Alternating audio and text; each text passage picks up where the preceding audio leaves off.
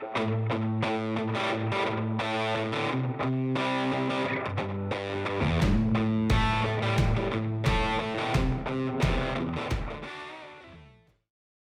y'all, I'm Lauren and welcome to Cantina Cast. Today I'm going to be covering the first 4 issues of the Phase 2 High Republic comic, and these first 4 issues are written by Cavan Scott. As I've said before, I really like Cavan Scott's writing, and I loved the first 3 issues that he did for the Yoda comic, so I had high hopes going into these issues, and I really enjoyed them. So I'm looking forward to getting further into this series as it goes on. If you've been following High Republic, the background context of this issue you're already going to be familiar with. We do have at the beginning of the first issue, we have like a little opening introduction that sort of like establishes what that context is. So it mentions the war between Irem and Irino. It mentions that this is sort of like an age in the galaxy where we have a lot of exploration going on. We have Pathfinder teams going out and doing this and kind of like exploring the frontier. And it also mentions that there's a new threat emerging on Dalna too. And even though this context is familiar if you've already been following High Republic, we do have some new characters in the comic that we have not yet seen in the novels. Just to give my general thoughts about the first 4 issues, they are giving us a lot more context into what's going on Jeddah. So some of that stuff that we saw in the Battle of Jeddah in that audiobook, we are getting some more explanation of some of the issues that are going on. The way that I read this was I read the novels first and then I read the comics. So if you want to do it that way, that's totally fine. It's not like you're going to be lost or anything. I feel like since we're dealing with different characters, as long as you have like a general familiarity with the events that are going on, you don't have to read them in a certain order compared to the novels. But I do think that they're worth reading because for me, once I read this comic, it really helped explain some of the conditions on Jeddah in terms of like why there was so much tension during the Battle of Jeddah audiobook. So that is something that I really did get out of this comic that really helped me understand this time period a lot more. And these characters that we're meeting so far, they have really struck me because I feel like we're getting indications that they have complex backstories, some of which we've yet to see more of, but you can tell that it's coming. They have their own motivations for doing things, which even if you don't like agree with the character, I feel like one thing that Cavan Scott does really well is like showing the reader why a character is a certain way. And that's something that I always really appreciate. And that's something that really enhances my reading experience when I get to see those things about the character. So that's something that I've really appreciated in this series so far. So that's my very vague general thoughts. If you're considering reading the series but don't want to hear any spoilers yet, that's kind of what I've gotten out of it so far. But at this point I'm going to start talking about plot. So if you don't want to know any spoilers, now is the time to turn back. Starting with the first issue, which is called The Pilgrim Moon. We open with Vildar Mac, the Jedi Knight, is having a nightmare of something that happened in his village when he was a child. His village was attacked by some sort of sorcerer or perhaps a dark side user. At this point, we don't have very many details about who this person was, but they definitely came in and did some real damage and traumatized Vildar in the process. And this is something that throughout the rest of these issues, you can really see that he is carrying the trauma of this situation with him. He has nightmares about it.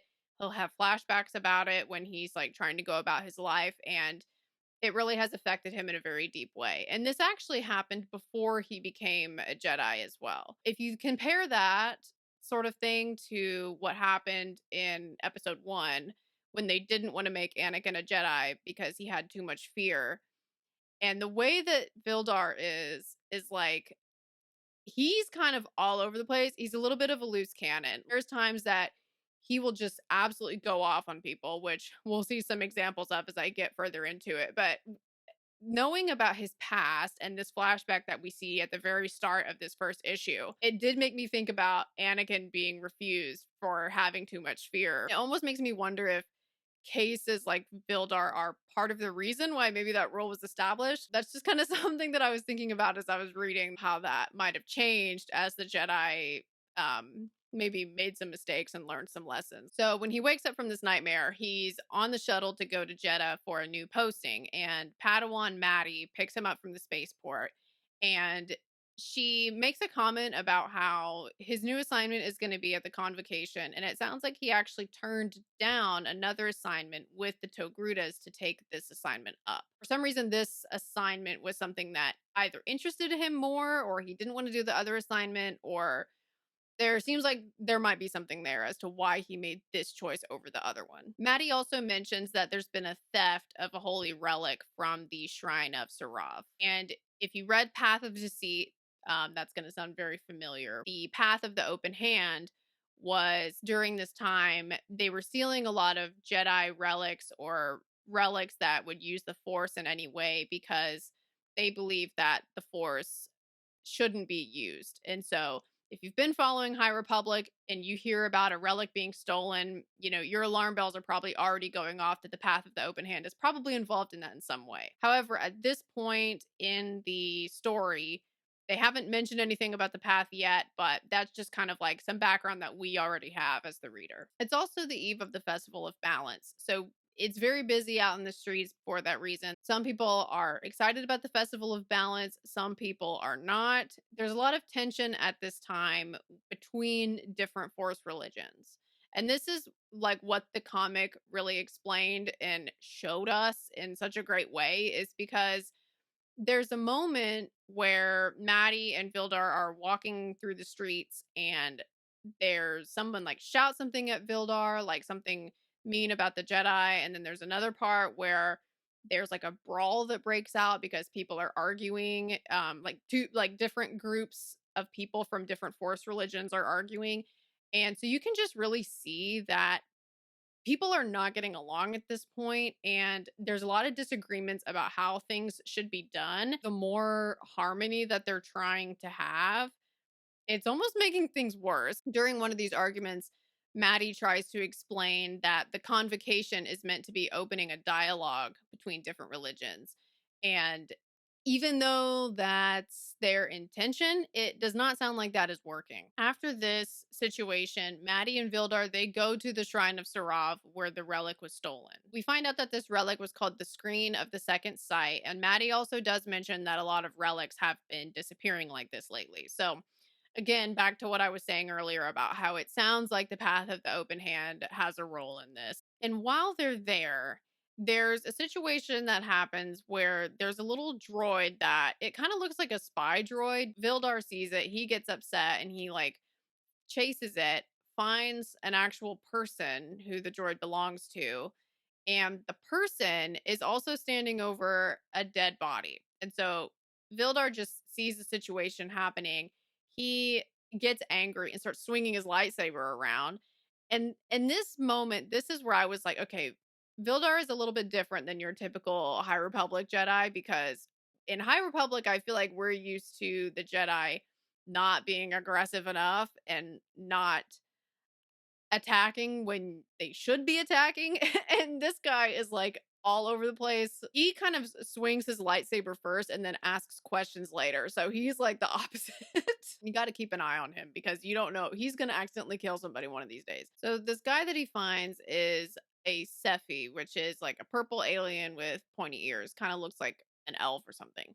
And when he finds him, this guy mentions to him, he's like, first of all, stop swinging your lightsaber around. You're going to take somebody's arm off. And he also mentions that he has the ability called Morikro, which is the touch of death, which means that he can use the Force to stop somebody's heart. And Vildar doesn't believe him at first. He's like, that's not possible. That's just a myth. But then the guy actually does it, and they show Vildar like lying on the ground, like dying. Then right after this, after Vildar falls and the Sephi like runs away, we switch points of view, and this is where we meet Olivia, the Jedi Knight. She's meditating when she gets a call from Master Liban, who asks her to go to the convocation in her place that day because she can't make it. So Olivia goes there and she walks into another argument. So this is just like more examples of the fact that this convocation is not working. Like their intentions are probably in the right place, but it is not working in practice. So when she walks in, there's an argument going on about a certain group wanting to join, and there's debate about if they should be allowed to join or not. This group is called the Yakombe. They used to be dark side users in their distant history, but generations ago, they actually stopped using the dark side and they renounced it. But because of that, distant history of them being Darksiders, there's some groups that don't want to let them join. Because of that, they're like, you know what? Never mind. We don't want to join. And they turn around and leave. And also, probably after seeing how the convocation is just a mess, like the fact that a discussion is turning into a physical altercation in what is supposed to be a like neutral council is just ridiculous. So, I mean, it's not a good look for anybody involved, really. So they just didn't want to be part of it anymore. And then right at the end of this issue, we have Sunshine Dobbs showing up, who we know from both Path of Deceit and Quest for the Hidden City that Sunshine Dobbs is not a good person, and he does have relations with the Path of the Open Hand. And this is the same guy that in Quest for the Hidden City, he ditched Das and Spence on a like deserted planet. So this guy is not a good guy. He shows up at the very end of this issue, and the last frame is of him saying that he's there on behalf of the Path of the Open Hand. So you know that now it's about to get crazy. Then we have issue 2, which is called Tay Sirek. The issue starts with Vildar waking up, so he survived. And when he wakes up, Maddie's in the process of trying to call for help. And he stands up and he's like wobbling around. And he's like, we got to go catch this guy. He has the ability of psychometry, which Cal Kestis had that. And so did Quinlan Voss. And psychometry, that ability is when they can touch an object that has been handled by somebody and they can get information about the person who handled the object, or they get information about the object's lifespan, if that makes sense. So an example of this is that Vildar touches the stone that the guy ran past, and when he does that, he's able to see where the guy's going. Vildar describes what he saw to Maddie. She's like, oh, that sounds like the bar Enlightenment. So they're going to go there to look for him. And Enlightenment, we did learn some about this bar in the Battle of Jeddah. And we met some of the characters that are regulars at Enlightenment as well. But on their way there, they do run into some people from the Path of the Open Hand who, as usual, are very confrontational, and things get ugly because Vildar can't control his emotions like at all. He ends up hitting one of them, which again, that's not very High Republic Jedi of him. And that's when Maddie does try to explain to Vildar that like, hey, things are different on Jeddah, and I know that you're probably used to like everywhere you go, people just listen to you because you're a Jedi. But on Jeddah, that is not the case. A lot of people here have a grudge against the Jedi. Some of them have a grudge for good reasons, considering how the Jedi used to rule Jeddah in the past. So there's it's things are complex on Jeddah in terms of how people view the Jedi. And that is something that it helped my understanding to hear that, because there were times in previous High Republic readings where I've been like, why is it that there's so much Jedi hating going on when I thought that this was supposed to be like the golden age of the Jedi? But it does help me to understand that on Jeddah, there is a unique amount of Jedi dislike going on that isn't necessarily going on across the rest of the galaxy.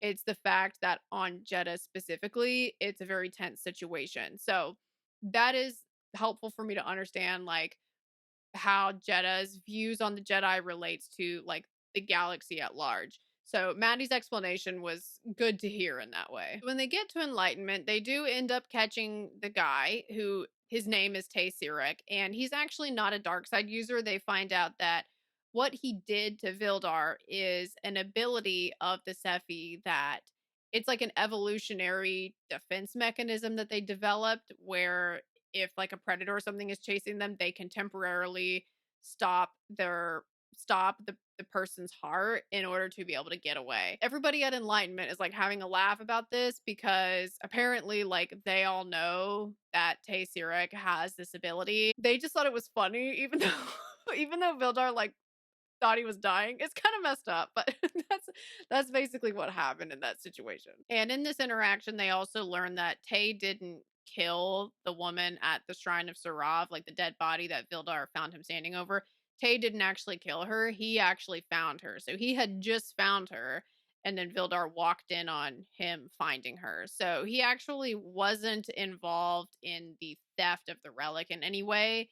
It was just kind of like a wrong place, wrong time sort of situation. Something that I really like about Tay is he seems like he does, again, I am a sucker for this kind of character. A character that has their heart in the right place, but the ways that they try to achieve those goals is somewhat questionable.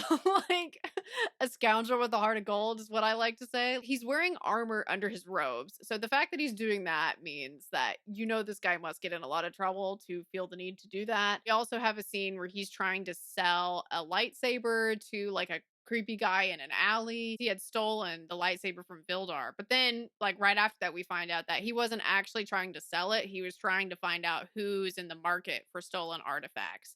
So he's a little unpredictable, but like kind of in a fun way, like unlike Vildar, who was unpredictable in a scary way. Tay's method of trying to get the information, although risky, does end up being successful because when he's talking to that guy, he does see that he has an artifact that was stolen from the Temple of Kyber. So now they're going to go to the Temple of the Kyber to try to, it's kind of like, they're starting an investigation where they're going, now they're going to go to the Temple of the Kyber to find out why the Starbird, that's the name of the artifact that was stolen from there, why that was stolen. So they're kind of going on this, they're going down the trail picking up breadcrumbs trying to figure out, trying to put the pieces together, I guess you could say. But at the end of this issue, we do see that when they get to the Temple of the Kyber, the guardians of the Wills do not seem happy to see them. Like the last frame is of them getting crossbows pointed at them. So there seems to be some tension there as well. And then at the beginning of issue 3, which is also called Tay Sirek, we see that once again, Vildar is swinging his lightsaber first and asking questions later. He like threatens the Guardians of the Wills with it. Maddie is like, that they are our allies. Please do not take out your weapon right now. You're not helping the situation. Which shouldn't have to be said, honestly. It makes me wonder how this guy became a Jedi Knight because of how out of control he is. I'm sure there's going to be consequences for that later on. I mean, I would be shocked if there wasn't. But the Guardians of the Wills quickly explain that it's not the Jedi that they have a problem with, it's actually Tay Sirek, and they call him a traitor. So something clearly went wrong between him and them in the past. So that causes Vildar to direct his anger at Tay now because he feels like Tay is dishonest because he previously didn't disclose that he had any sort of involvement with the Guardians of the Wills before. And so that kind of sets Vildar off. Vildar's outburst, it does cause Tay to be like, I'm not helping y'all anymore because I don't deserve to be treated like this.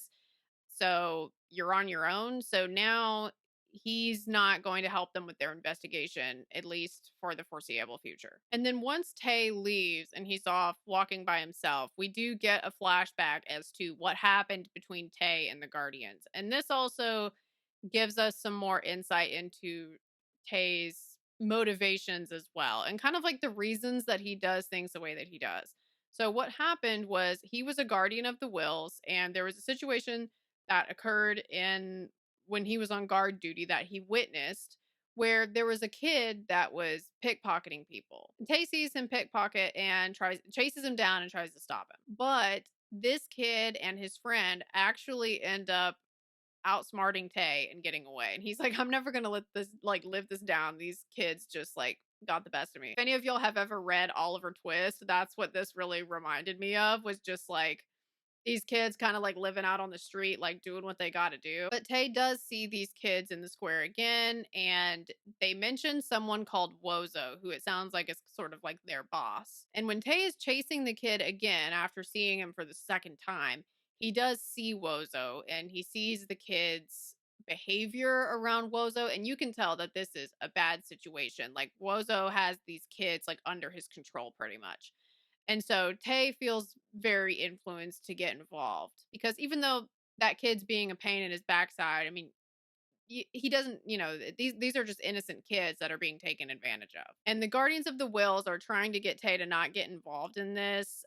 They feel like it's not their job, but Tay feels like he can't just watch this go on every day and not do anything about it, especially when it's happening right outside the temple. And because Tay wasn't able to stop Wozo in time, unfortunately, what happens is Wozo ended up really hurting a lot of the kids and killed the main kid that Tay had been having that little back and forth with. And that really, really affects Tay a lot because he feels like he was in a position to be able to help the kids and he failed at doing that. So after this event happens and Tay realizes that he was in a position to do something but failed to actually save those kids, he has an argument with one of the leaders of the Guardians of the Wills. And the leader keeps saying that their duty is to the temple and it's not their responsibility to get involved in these sorts of situations.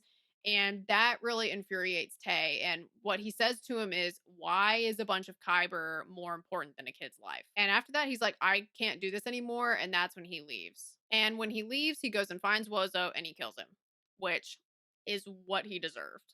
But because he made that choice to leave the Guardians of the Wills and go kill that guy, now he's on bad terms with them, which is ridiculous to me because I don't understand. Like, even if it's not their duty, I don't really get why they would like completely punish Tay for his choices in that situation. And the Guardians of the Wills, the way that they treated Tay in that situation by calling him a traitor for disobeying those orders of not getting involved. It's just another example of something that I feel like we're seeing a lot of during this era, which is apparently the Jedi weren't the only force group that had this issue, which is like there's a pattern of these groups that have the capability and the standing to be able to help in these situations not wanting to get involved. And